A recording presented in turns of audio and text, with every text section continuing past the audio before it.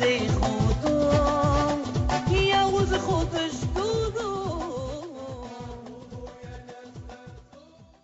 surtout à la bouteille, dans la paracha de cette semaine, la paracha Vaïgash, on voit la fameuse rencontre Yosef et ses frères. On voit les miracles qui s'est passé jusqu'à qu'on a cru que Yosef, il était oublié, abandonné, pris à l'agonie, presque assimilé en Égypte. On a vu que Yosef, il est resté tzaddik, et non seulement qu'il est resté tzaddik, mais il était tout le temps resté attaché à Dieu. Et de cette force-là, il est venu chez Yosef à tzaddik pour rester toujours attaché à Dieu, même dans une terre où il y avait plein d'adultère, une terre impure, une terre que toutes les femmes étaient amoureuses de lui, une terre que tout le monde, parce que c'était un bel homme, c'était un beau garçon, c'est parce que toujours il voyait Hachem devant lui. Shiviti Hachem l'Iglitani. Toujours il voyait Hachem devant lui. Toujours il sentait la présence d'Hachem. Parce que quand il sent la présence d'Hachem, il ne peut pas fauter. Il voit qu'Hachem le regarde. Il y a des caméras, des projecteurs de là-haut qui te regardent. Aïn Ro'a. Tout ce que tu dis, on t'écoute. Et tout ce que tu fais, c'est écrit. C'est ce qu'a dit Yosef à Tzaddik. Il resté un grand Tzaddik. Et la preuve, lorsqu'il a rencontré ses frères, il leur a dit Ani Yosef, c'est moi Yosef. C'est quoi le message? C'est la question que je voudrais vous poser. C'est quoi le message de Ani Yosef, c'est moi Yosef? À tel point que Hachamim disent que cette phrase-là, elle a perturbé ses frères. Ces mots-là de Ani Yosef, il y a un message qui est caché dans ce. C'est quoi le message? Parce qu'il a dit Ani Yosef, ils ont eu peur. Tout le monde a peur. Le message de Ani Yosef, ça veut dire oubliez les rêves que j'ai rêvés. Ça, oubliez-les. C'est pas maintenant que vous voyez avec une couronne sur la tête, vous allez voir, vous allez dire, eh ben, tout ce qu'il a rêvé, ça s'est réalisé. Non, non, non. Alors, Ani Yosef, ça veut dire, voilà, Yosef, moi, Yosef qui a fait tous ces rêves-là, et vous m'avez jeté, vous m'avez vendu tout le mal que vous avez fait, voilà, tous mes rêves sont réalisés. Ce n'est pas ce le message. Le message, c'est Ani Yosef, ça veut dire, c'est moi, Yosef. Je veux dire, restez toujours un tzaddik. Je n'ai pas triché le bon Dieu. Et c'est ça qui leur a fait peur. Il leur a fait peur, comment? Ça veut dire que, avec tout ce qu'il a subi, tout le mal qu'il a subi, a priori, il pouvait uniquement devenir s'assimiler.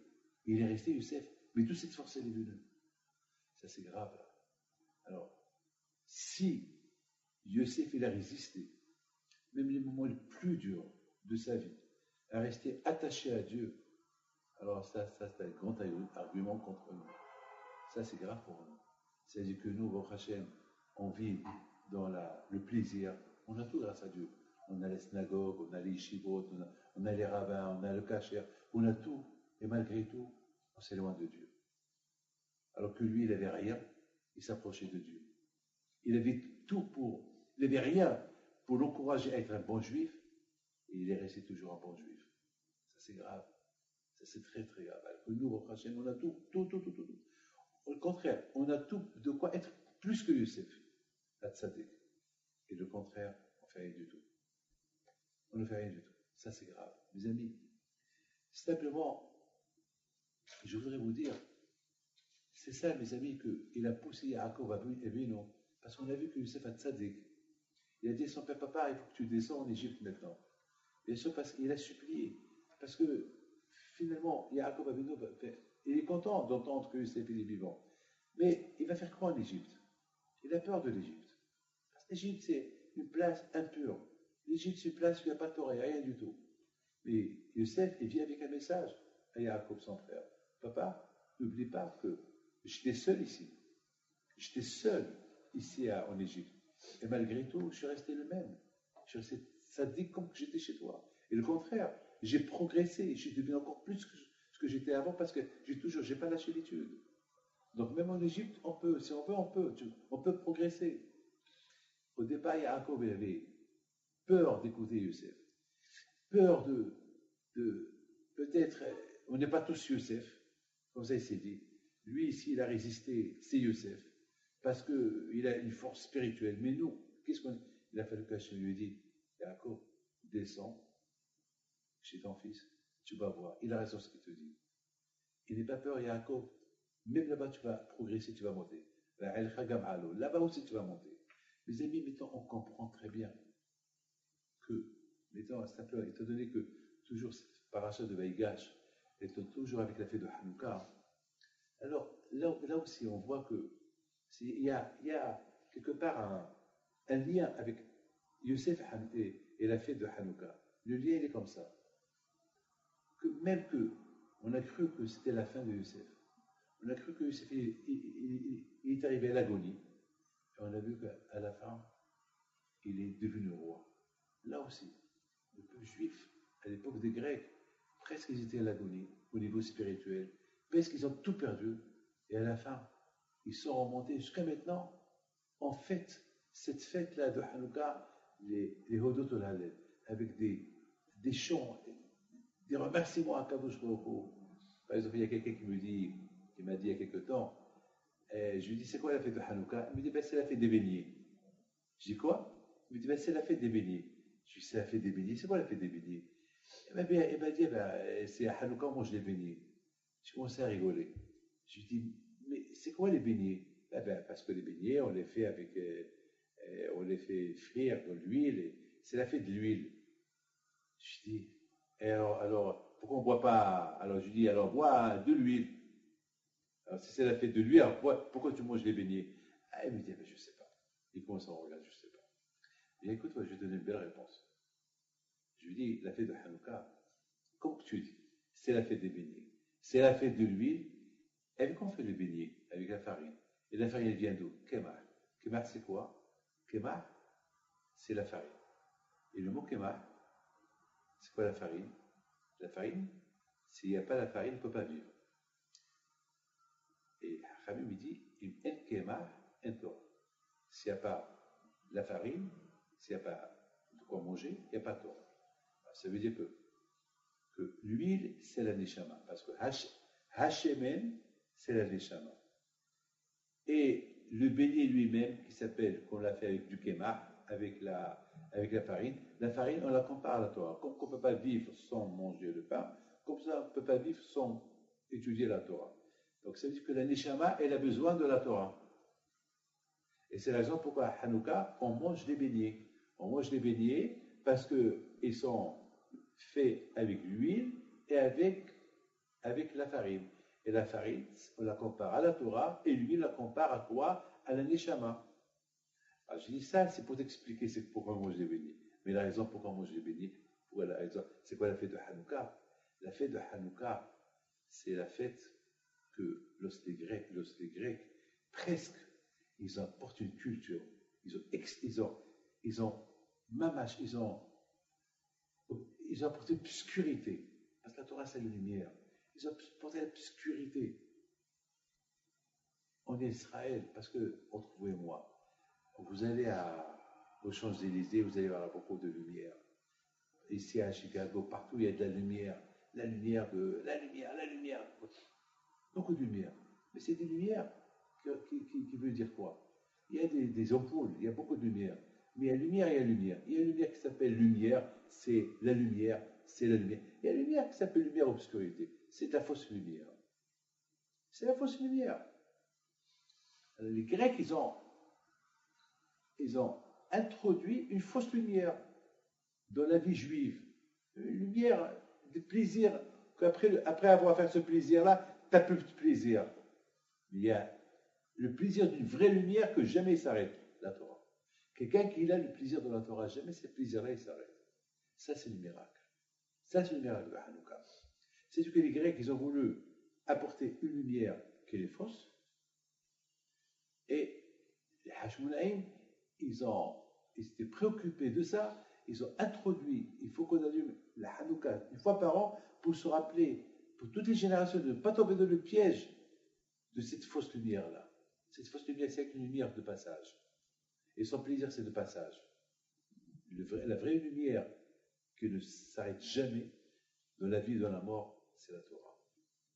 Et c'est ça, le miracle. C'est ça. Chacun de nous, il faut toujours chercher le chemin de Akadosh Baruch Hu pour trouver. Une fois que tu trouves, c'est ça le miracle. Mais je vous donne pardon. Pour moi, un juif qui cherche et qui trouve le chemin d'Hachem et qui fait Teshuvah, est-ce qu'il y a un miracle plus que ça? Hein? Et il répare sa neshama. Je voudrais, mes amis, vous dire sur cette paracha-là de Vaïgash, cette belle paracha de Vaïgash. On voit, dans cette paracha, on voit la rencontre de Yosef et ses frères. Moi, j'ai toujours imaginé, j'aime imaginer. J'imagine Yosef. Ouais, mettez-les en face, c'est 11 frères. Il n'y aura pas qu'on dit Ani Yosef. Tous ces frères-là, c'est des barbes, des tzadikim. Et lui était habillé comme un roi, Yosef. Et à un moment donné, il leur dit Ani Yosef, c'est moi Yosef.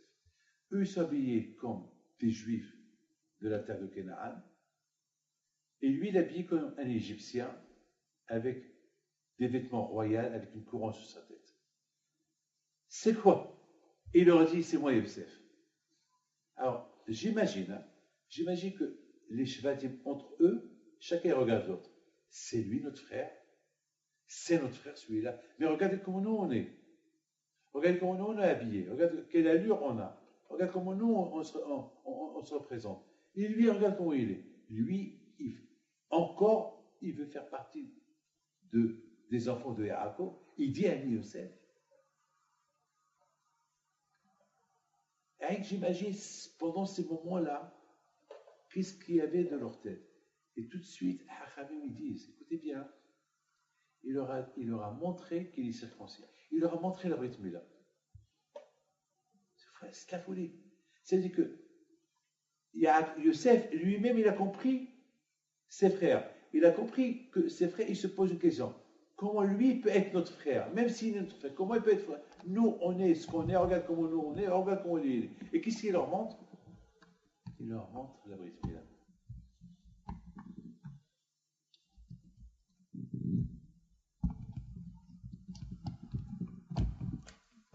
My battery died on the microphone.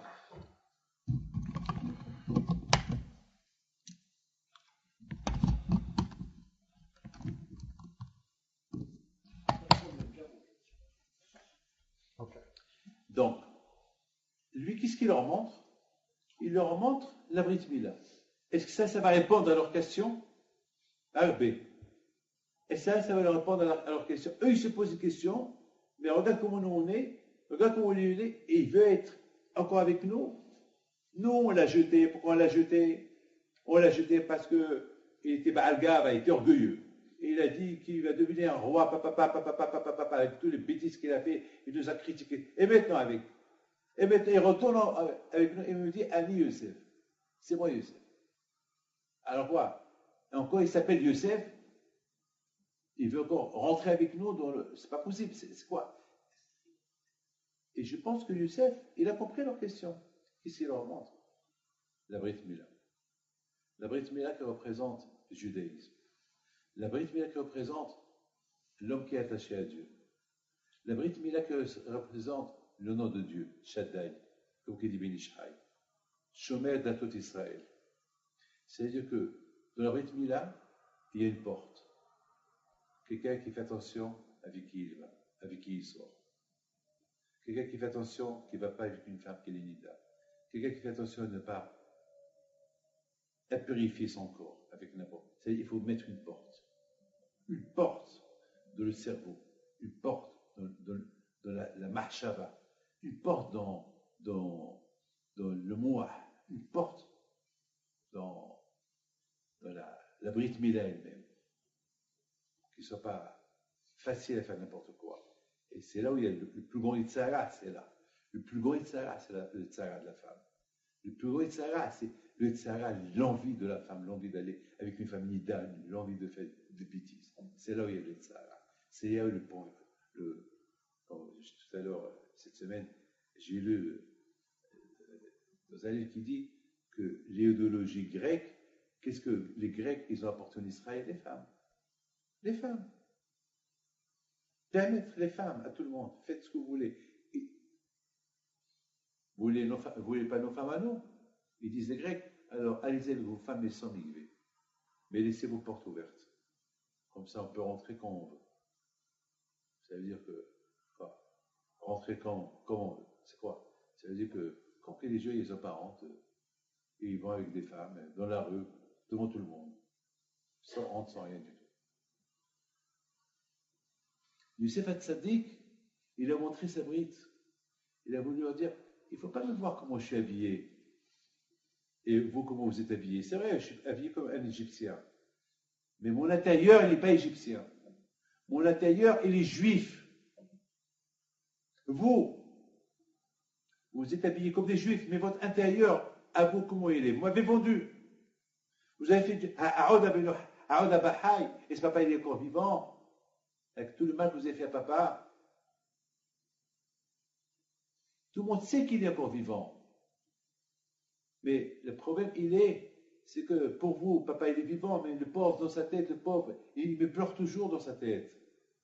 Vous n'avez pas eu peur pour lui. C'est vrai, alors à quoi ça sert votre habit est comment?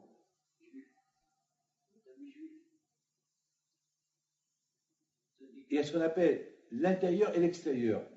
À vue, vous avez le Streimel, vous avez un Gélaba, vous avez, je ne sais pas, vous êtes comme des. Mais ce que vous m'avez fait, c'est grave. Regardez-moi, mon intérieur, il est super. Je n'ai pas triché le bon Dieu. Je n'ai pas été avec d'autres femmes. Que ma femme avec qui je suis marié. Ani Youssef, Aoud Abihai, et ce papa, il est vivant. Moi, Youssef, mon intérieur est toujours propre, il est bon. D'après, voilà ma Brit Mila. J'ai mis une porte dans ma Brit Mila pour ne pas tricher, pour ne pas aller avec des goyotes, pour ne pas aller avec des femmes nida. Même pendant la. Ils disent que pendant la famine, il n'a pas été avec sa femme. Il a dit quoi? Parce que je suis roi, je vais avoir le plaisir d'aller avec ma femme alors que tout le monde crève la faim. Ça, c'était Youssef. Ça, c'était Youssef Hatzadik. Ça, c'était Youssef Hatzadik. Ça, c'était Youssef Hatzadik. Bon, quelque part, mes amis, c'est ça le message de Ani Youssef. Cette fameuse, et c'est pour ça qu'ils s'écrivent. Ils n'avaient pas de réponse à leur répondre, parce qu'ils ont compris le message. Ils ont compris que c'est pas être juif de façade. Une barbe, un chapeau, des péotes, de façade. Il faut aussi être juif à l'intérieur.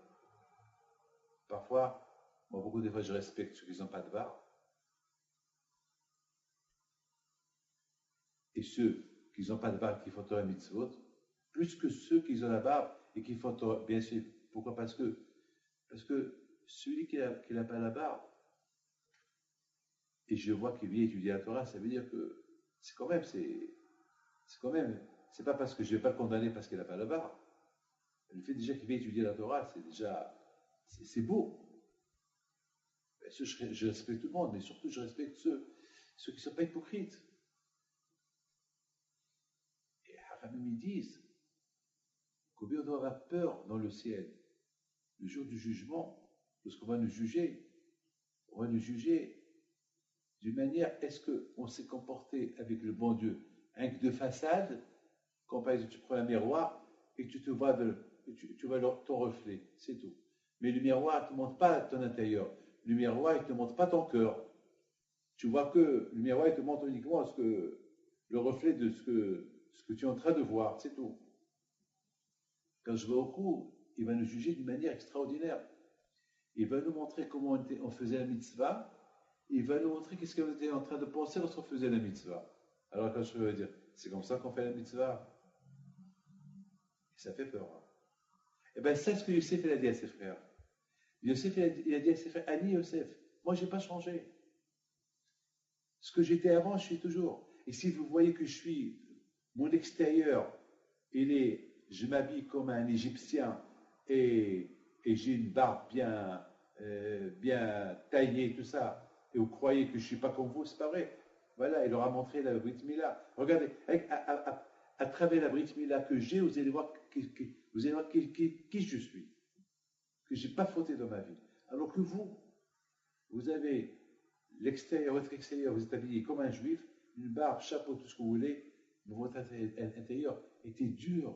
Vous m'avez vendu, vous m'avez fait trop de mal. Vous n'êtes même pas préoccupé, vous n'avez même pas eu peur que si je vais m'assimiler ici en Égypte et que je vais tout perdre.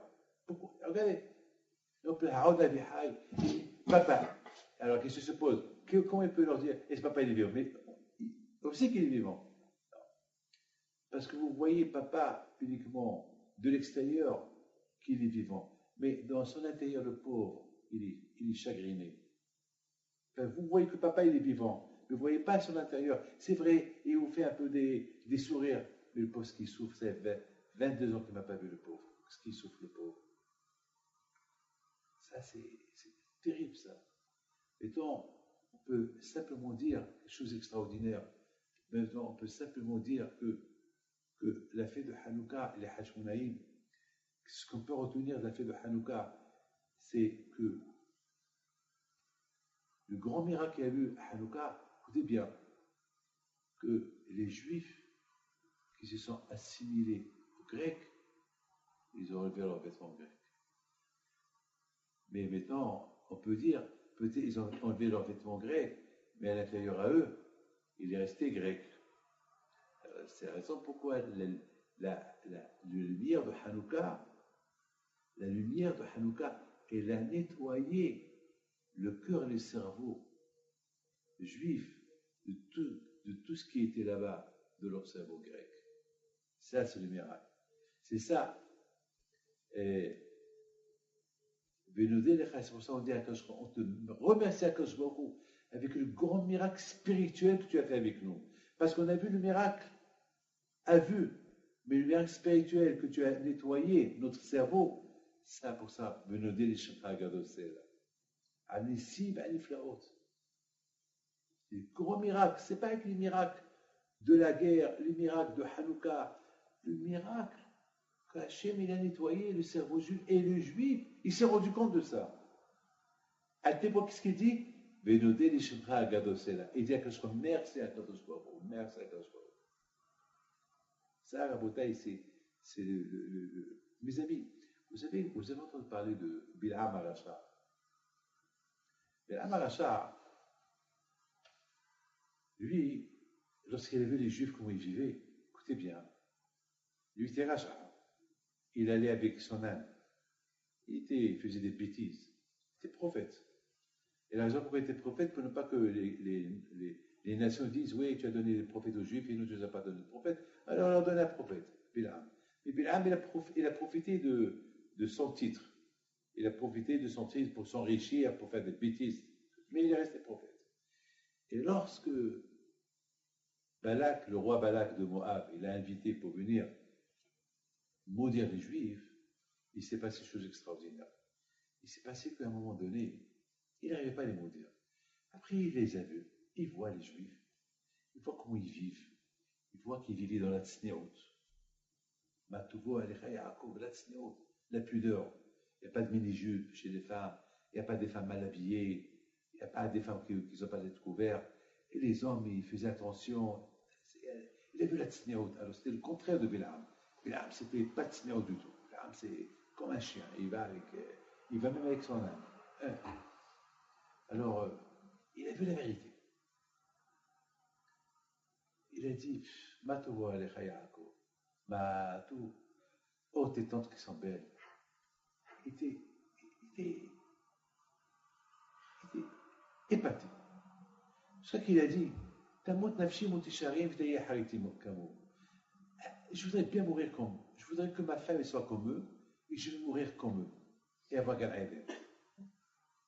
Alors, il y a un grand tzaddik qui s'appelle Halev Simcha Nigour, Admogour. Il pose une question. Il dit, est-ce que cette phrase qu'il a dit, Bil'am, c'est une névoie, c'est une prophétie qui est venue dans sa tête? Ça veut dire que une névoie que je voudrais bien mourir comme eux, être comme eux. Ou bien, c'est lui qui l'a dit. Bakasha Ishit. Il a demandé à Hachem, si ton créateur, je voudrais bien mourir comme eux, être comme eux. Je veux que ma fille soit comme eux. Ça, c'est la question qu'il pose. Alors moi, je me suis posé une question.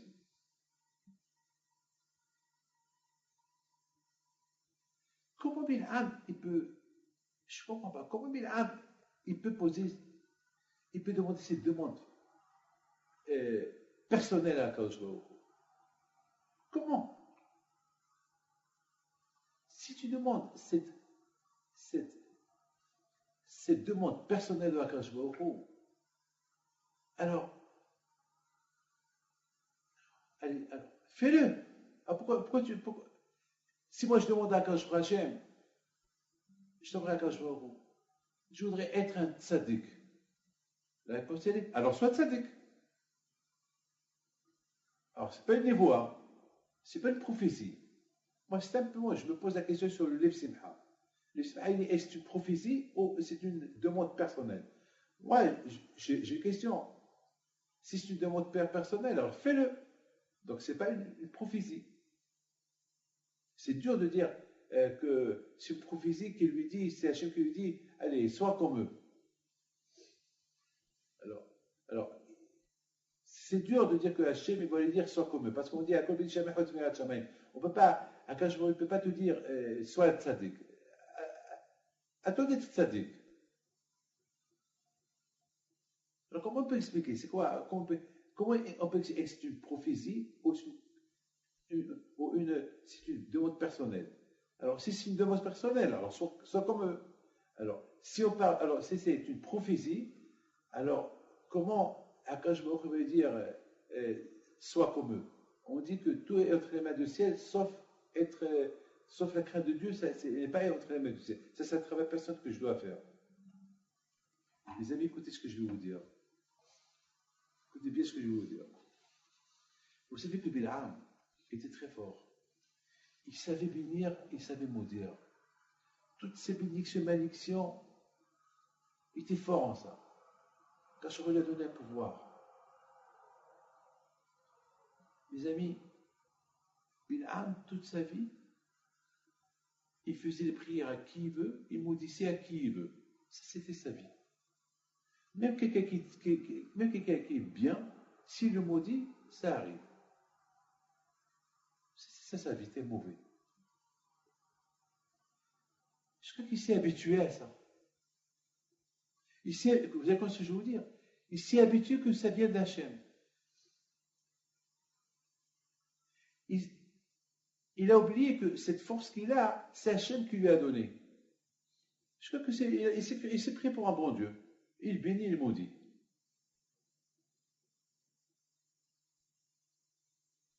Alors, écoutez bien. Et il a oublié que Hachem, s'il accepte tout ce qu'il dit, c'est pas Hachem, il a donné cette force. Maintenant, il commence à croire que cette force, elle vient de lui. À tel point qu'il a osé aller insulter les bénis Israël, alors que les bénis Israël sont les protégés d'Hachem. Il a cru que je peux les maudire, et je peux les bénir. Maintenant, je vais les maudire. Là, quand je vais aller, hop, stop, ça vient de moi. Tu peux te laisser faire ce que tu veux, à partir de maintenant, tu veux toucher à Israël, là, stop, tu t'arrêtes.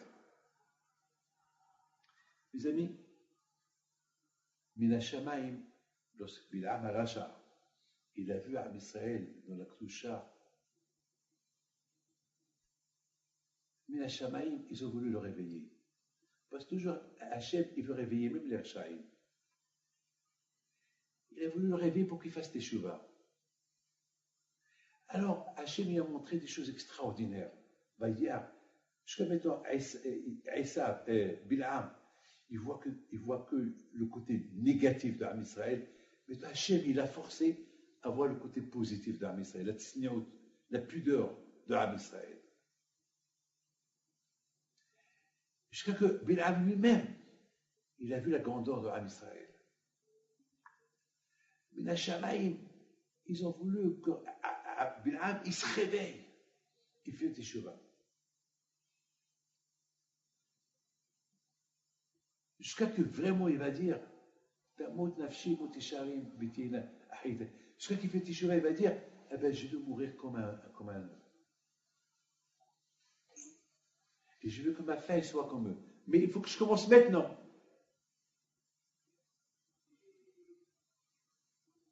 Vous avez compris ce que je veux dire? C'est-à-dire que Hachem, Hachem, il a montré tout ça. Alors, ça veut dire, on peut dire, c'est une des voies. Là, jamais, on lui a donné une prophétie parce que Bilham lui-même, lorsqu'il a vu ce qu'il a vu, il était enchanté. Alors, il a vu. Mais Hachem lui a dit, alors sois comme eux. Parce qu'on dit, si tu choisis être bon, Mina Shamaim, on t'aide à être bon. Bilham, il va être bon. Il voit des belles choses, et maintenant, il va être comme eux. Alors maintenant, il meurt comme un juif. Il veut mourir comme un juif. Je veux mourir comme Abraham, Isaac et Yaakov. Et je veux ma fin comme eux. Ah, c'est ce que tu veux. Sois comme eux. Mais la Shamaïm, on lui ouvre encore un peu plus de portes pour qu'il comprenne un peu plus. Ça veut dire qu'il y a eu les deux. Il y a eu une prophétie, une demande personnelle. Il y a eu une demande personnelle parce qu'il y avait la vérité. Il y a une prophétie, mais la Shamaïm, on l'a aidé à voir encore un peu plus. Mes amis, un homme qui veut faire teshuva, dès qu'il dit qu'il veut faire teshuva, dès qu'il ouvre ses yeux, il dit ça, je fais, mais la Shamaïm, on l'aide. Mais la Shamaïm, on l'aide, tout de suite on l'aide. Mais Bilam, lorsque Hachem, il a vu que Bilam, bébé, il veut changer, alors que je lui ai dit, alors que je lui ai donné une névoie, une prophétie pour voir la grandeur de la mais c'est encore un peu plus. Mais qu'est-ce qu'il a fait? Dès qu'il s'est tourné la tête, il a changé. Lorsque quelqu'un il est chaud, il faut profiter du fer tant qu'il est chaud. Lorsque tu es enthousiaste, pour faire une bonne chose, continuer à la faire, ne pas s'arrêter. Il y a eu quelqu'un qui est rentré à la yeshiva, il avait vu des gens qui étaient en train d'étudier, tout de suite il a couru, il est sorti. Moi je l'ai appelé, je dis pourquoi tu... Il m'a dit, je ne peux pas, c'est ça, c'est dur, parce que si je reste, il faut que j'étudie. Je dis, alors c'est bien, rentre. Je l'ai poussé à rentrer. Il s'est assis, et après il est resté presque 2 heures. Après 2 heures, je dis, alors, pourquoi tu vas partir? Il m'a dit, c'était beau, je ne savais pas que c'était comme ça. Aujourd'hui, il devient un rabbin aujourd'hui. Un rabbin, un bon juif. Un rabbin, c'est un peu juif. C'est un commerçant, mais il devient comme un rabbin. C'est super. Lorsque quelqu'un il fait un effort, il fait un pas, mais la Shamaïm, on fait avec lui beaucoup de pas pour l'aider. Et c'est ça, mes amis. Combien de fois, quand je vois nous fait du bien, il nous ouvre les portes pour voir quelque chose. Et au lieu qu'on profite de ces portes que Dieu nous a ouvertes, qu'est-ce qu'on fait? On donne un coup de pied, on se sauve. Rabotai Bilam Aracha, Mitahev, il est vraiment, il est dans tous ses états. Il est émotionné. Il voit Israël. Il commence à les bénir. Matovo Alecha Yaakov, il est super, il est content. Et maintenant, il est en train de les bénir. Ouais, il est heureux. Matovo Alecha Yaakov, lui-même, il confirme qu'il n'y a pas comme même Israël. Et même, il dit, je veux mourir comme eux. Et je veux que ma femme soit comme eux. Alors continue. Et à je il l'aide pour qu'il continue. Peut-être après il va faire Teshuvah. Il va aller maintenant rejoindre un Israël dans le désert. Mais qu'est-ce qu'il fait? Il se tourne, il part, il oublie tout. Hachem, il avait peur que les bénis Israël, qu'ils ont vu tous ces miracles, les Hashmonaïm, le miracle de la victoire contre les Grecs, et le miracle de la bougie, de la lumière qui est restée allumée 8 jours, petite fluide qui est restée 8 jours, il avait peur que Hachem, que les bénis après vont s'éteindre. Ils vont après oublier, ça va passer à l'oubli. C'est la raison pourquoi, quand je vous il a fait, que pendant toute l'année, ce message il est resté dans leur tête. Lorsque il se veut que les Juifs, pendant toute l'année, ils parlent que de ça, ils se disent, puis c'est comme ça, alors on va faire le Hanouka. On va allumer.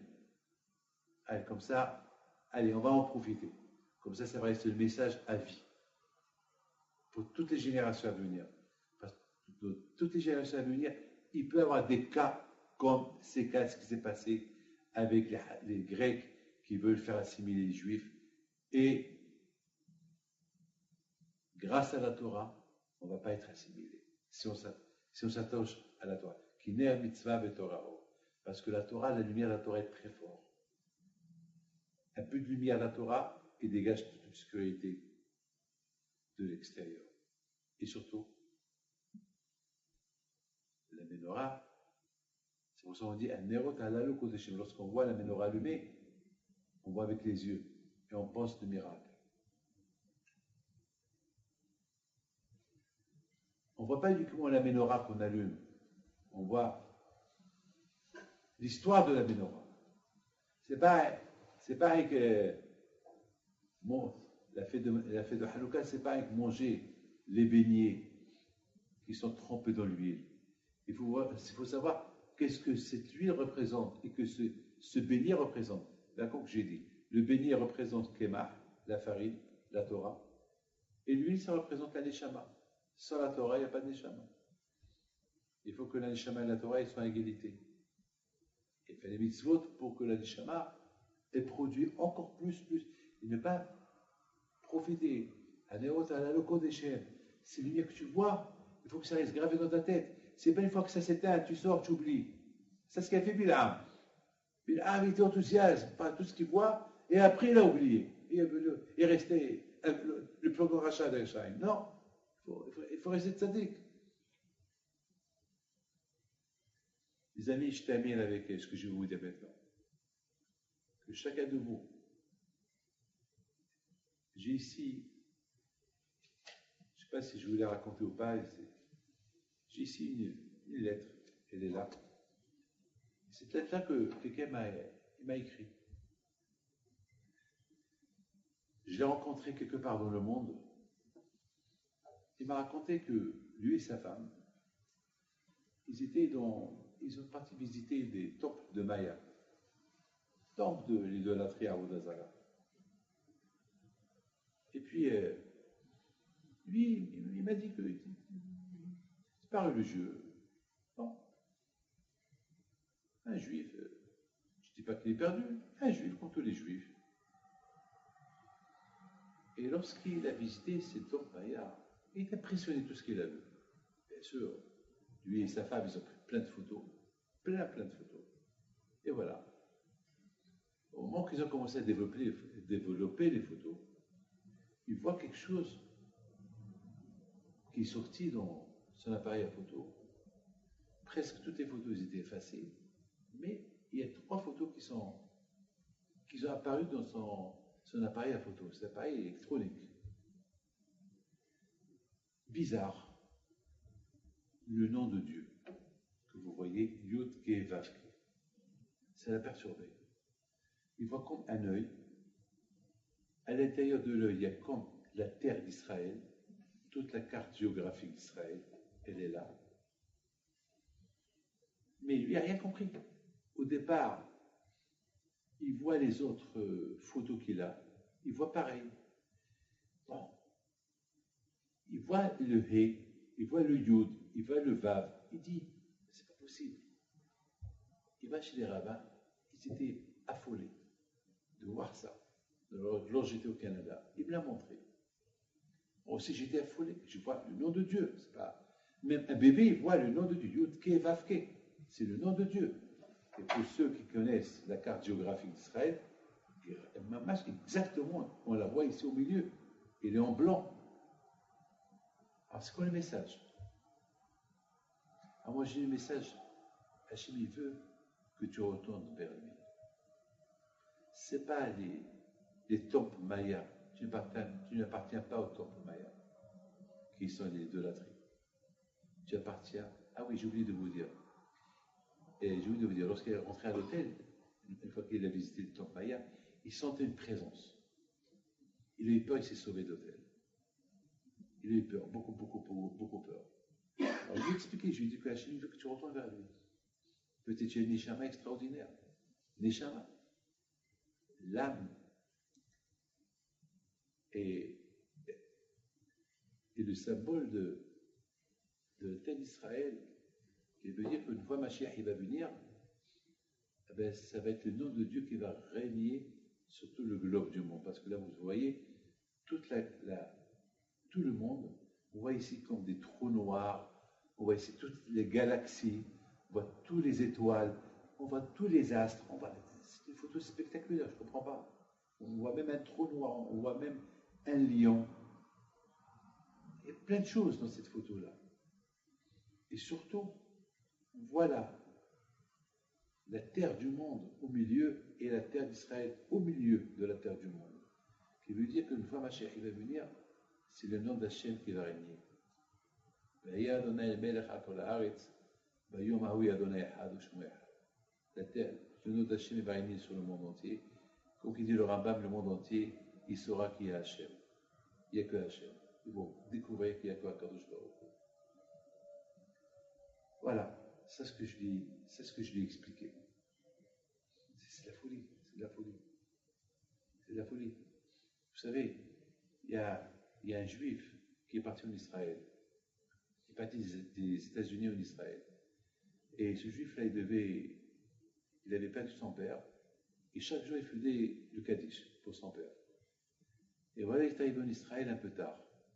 Donc, il a raté le Kaddish pour son père, Arvit. Il prend un taxi, il va à Yerushalayim. Il cherche partout pour faire Kaddish. À Minyan pour faire Kaddish, il ne trouve pas. Il a une super idée. Qu'est-ce qu'il a fait? Il a appelé 10 taxis. Il a cherché l'annuaire et il a demandé au lobby de l'hôtel, appelez-moi 10 taxis, j'ai besoin de 10 taxis. Mais je veux des taxis juifs. Je veux être sûr que...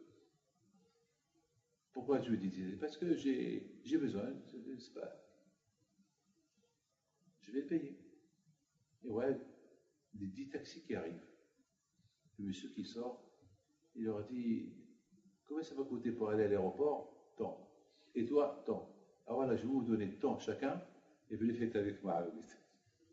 Vous allez gagner et l'argent du taxi, et vous allez gagner aussi la course, pas le fait d'aller jusqu'à Tel Aviv.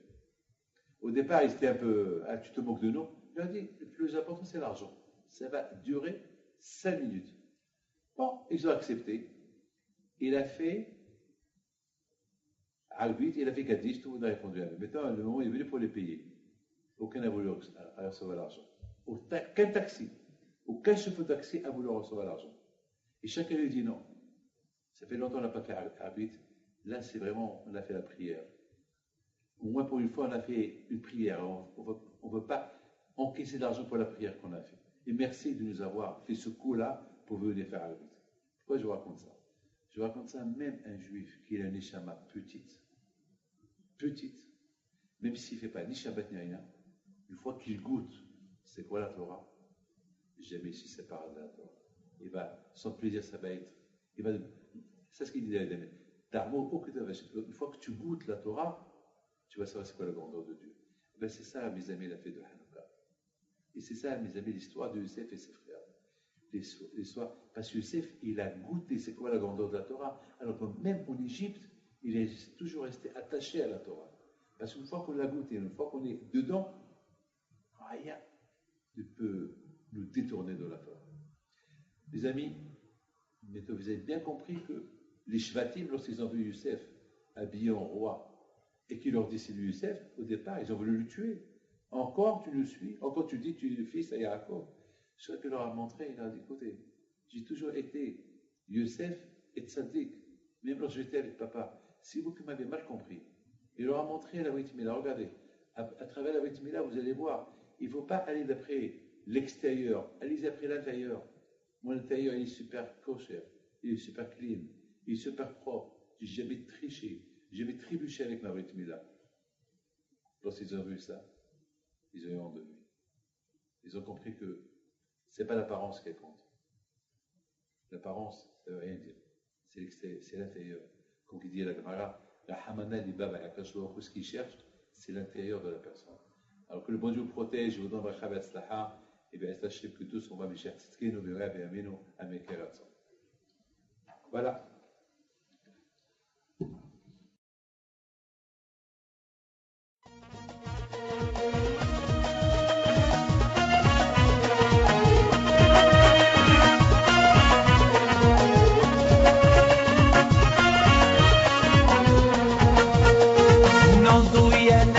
partout.